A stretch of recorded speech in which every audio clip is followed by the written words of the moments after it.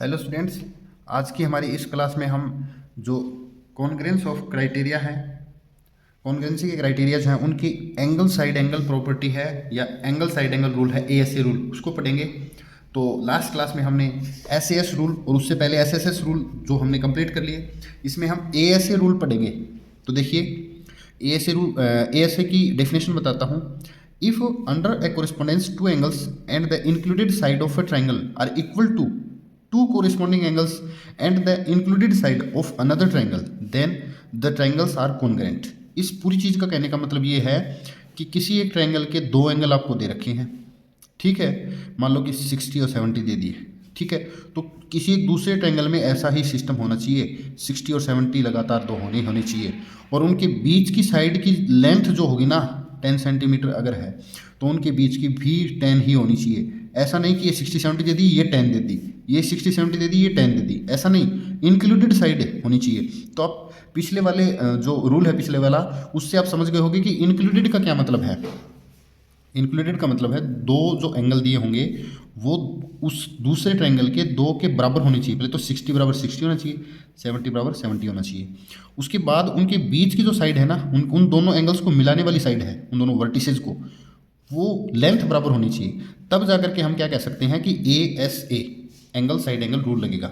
अगर हम इसको कह दें ABC और इसको कह दें MNO, तो यहाँ देखिए यहाँ क्या होगा, एंगल B बराबर एंगल N और BC बराबर NO और 70 डिग्री, मतलब 70 कहाँ है, C पे और O पे बन रहा है। तो by ASA rule, ASA rule से हम क्या कह सकते हैं, ABC या BCA, ABC का दो एक ही बात है, B। तो यहाँ आप ये हो गया ना। तो अब हम सबसे पहले इनका नाम लिखने के लिए देखें तो A है, B है, हमारा C है। तो ये चीज़ करके देखा करो आप, तो ताकि डिसाइड कर सको कि इस ट्रायंगल का नाम ये होगा तो उसका क्या होगा। यहाँ हम देखेंगे B पे 60 है तो N पे 60 है, C पे 70 है तो O पे 70 है। अच्छा, A के बराबर M बच ही गया, ठीक है। तो हम कह सकते हैं by ASA rule ABC is congruent with triangle MNO। Okay, ये हमारी क्या है, ASA रूल है। ASA रूल में क्या होगा, दो एंगल और एक साइड, दो एंगल और उनके बीच की ही साइड होनी चाहिए, वो इक्वल होगी। तो ASA रूल से दो ट्रायंगल्स आपस में क्या होंगे, कॉन्ग्रेंट होंगे। कॉन्ग्रेंट होंगे तो by CPCT their every part is equal to their corresponding part of another triangle. तो सिपिसिटी से इसके सभी पार्ट अपने कोरिस्पॉन्डिंग उसमें जो है उसके इक्वल होंगे। ये हमारा ASA रूल है। इस रूल के बाद हम, जैसे कि इस रूल पे छोटा सा एक एग्जांपल अगर मैं ले लूँ, ऐसे दे दिया जाए हमें कि 40 डिग्री 50 डिग्री, ओके, किसी दूसरे ट्रायंगल का दे दिया जाए 40 डिग्री और 50 डिग्री, ये हमें दे दी 7 सेंटीमीटर, ये 7, क्या ये दोनों कोरिस्पॉन्डिंग मतलब कॉन्ग्रेंट होंगे? तो यस बिल्कुल होंगे, क्योंकि 40-50 और उनके बीच की साइड के बराबर है। लेकिन कहीं ऐसा दे दिया जाता हमें, देखने में ऐसे एक जैसे होते 60-50 60-50, ये हमें दे दे 10 मीटर और ये दे दे हमें 10 मीटर, क्या ऐसा ठीक है? तो बिल्कुल ये एक दूसरे के कॉन्ग्रेंट नहीं होंगे, क्योंकि इस साइड का जिक्र और इस साइड का जिक्र होना चाहिए था। ये तो बाहर की साइड हो गई और वो भी अलग अलग हैं, 60 के पड़ोस वाली दे दी, 50 के पड़ोस वाली दे दी। तो मतलब बिल्कुल भी हम नहीं कह सकते कि कॉन्ग्रेंट है या नहीं, हम ये नहीं कह सकते। हम ये भी नहीं कहेंगे कि कॉन्ग्रेंट नहीं है, हम नहीं बता सकते। We not calculate that given two triangles are congruent और नॉट। ओके, सो इसको क्या होना चाहिए, दो ट्रायंगल और उनके बीच की ही साइड हमें दी हुई होनी चाहिए। अब हम देखते हैं एग्जाम्पल नंबर 6 हमारा बुक का जो है, तो देखिए, by applying ASA congruence rule it is to establish that triangle ABC is congruent with triangle QRP and it is given that BC is equal RP। मतलब in triangle ABC is congruent to, ABC congruent किसका है, QRP का है, ठीक है। And it is given that BC is equal RP। okay, no problem। what additional information is needed to establish the congruence? ASA rule लगाने के लिए हमें क्या और चाहिए भाई, BC बराबर RP दे दी, तो आप एक चीज़ देखो ना, ऐसे हम ऐसे बनाते, ये BCO और किसी दूसरे ट्रायंगल की ये RP हो, तो इसके बराबर ये दे दी, तो आपको ASC रूल लगाना चाहिए। तो ASC के लिए ये एंगल और ये एंगल बराबर देने चाहिए, मतलब we have to need angle B बराबर एंगल R एंड, और ये एंगल इसके बराबर देना चाहिए CP, angle C is equal angle P। हमें ये दोनों जो हमारी रिक्वायरमेंट है, so additional information is as follow, ये होनी चाहिए। तो ये हमारा हो गया एग्जाम्पल नंबर 6 कंप्लीट। इसमें इतना ही तो बताना है कि हमें क्या क्या चाहिए, हमें ये दो चीज़ें और चाहिए, तब भी हम ASA रूल लगा पाएंगे। हमें सिर्फ एक ही चीज़ दी है ना, दो और देगा, तभी तो हम इसको फॉलो कर पाएंगे। अब हम चलते हैं एग्जाम्पल नंबर 7 हमारा जो है वो देखिए।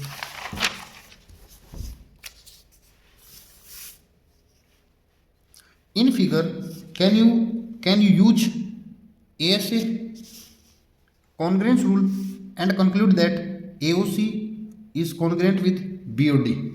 इस जो फिगर के अंदर ASA रूल से हम क्या कह सकते हैं कि AOC इसकी बात हो रही है, BOD इसकी बात हो रही है, हम कह सकते हैं कि ये दोनों हैं। तो हम पहले इसको ऑब्जर्व करेंगे, अच्छे से देखेंगे।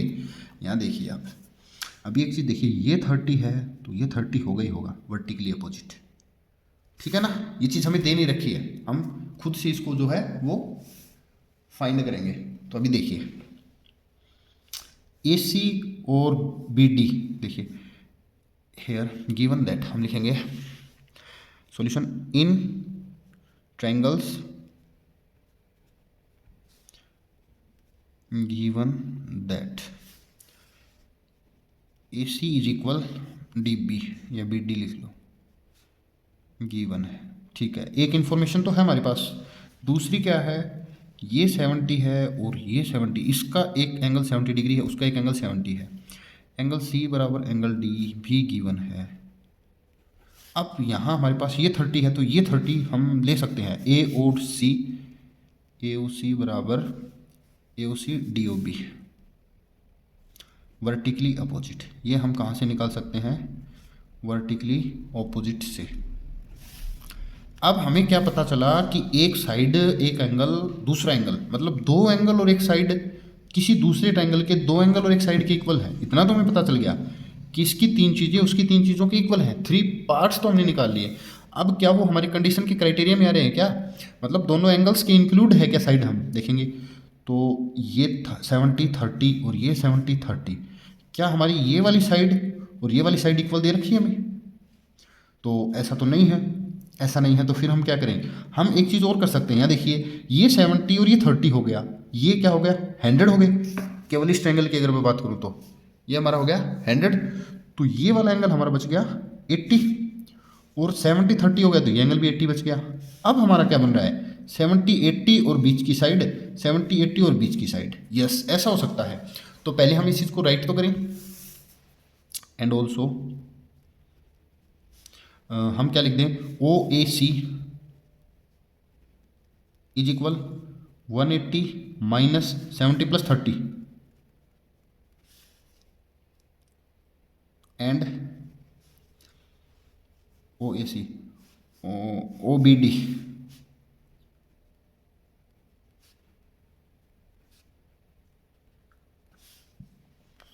ये 80 आया, क्यों आया, 180 माइनस 100, 180 माइनस 100 80 आया, ठीक है।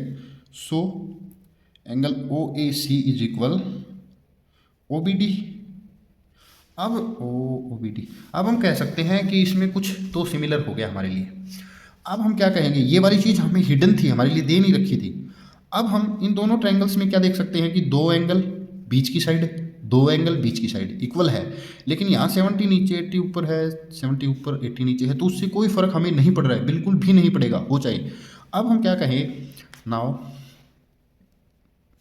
इन triangle ACO and BDO we can write, हम क्या लिख सकते हैं कि 70 कहाँ बन रहा है, C पर, और 80 बन रहा है A पर, तो A is replaced to B, A B है, ठीक है। A पे 80 है तो B पे 80 है, C पे 70 है तो उधर 70 है D पे, ठीक है। और ओ, ए ओ जो हमारा है मतलब ओवरटेक्स हो गया, इसको ओवरटेक्स बोलेंगे हम। तो ए ओ सी और B O D, O is to O दोनों के लिए ओ ही है, इधर भी ओ उधर भी ओ। नाउ तो हम क्या कहेंगे, नाउ वी कंक्लूड, हमने क्या कंक्लूजन निकाला है, हमने कंक्लूजन निकाला कि ए ओ सी हो तो क्या होगा, हमें ये नहीं पता क्या है। ए ओ सी होगा तो A O C, triangle A O C is congruent with, अब देखो यहाँ देखिए आप, ए ओ सी, ए का कोरिस्पॉन्डिंग बी है बी, ओ का ओ है, सी का डी है, सी का डी है। तो यही तो वो चीज़ आ गई ना जो हमें पूछ रखी है, वही तो चीज़ आ गई ना। वी कंक्लूड, ओके, ये हो गया हमारा question number example number 7 complete. 7 के साथ आई थिंक कि हमारी जो ये प्रॉपर्टी है ए एस ए रूल, ये कंप्लीट हो गया है। A S a rule complete होता है, इसके नेक्स्ट जो हमारी क्लास रहेगी इसके बाद, उस क्लास में हम कंप्लीट करेंगे आर एच एस, जो हमारा लास्ट रूल बचता है उसको देखेंगे। तो आज की इस क्लास में इतना ही रहेगा, मिलते हैं नेक्स्ट क्लास में। Okay, thank you.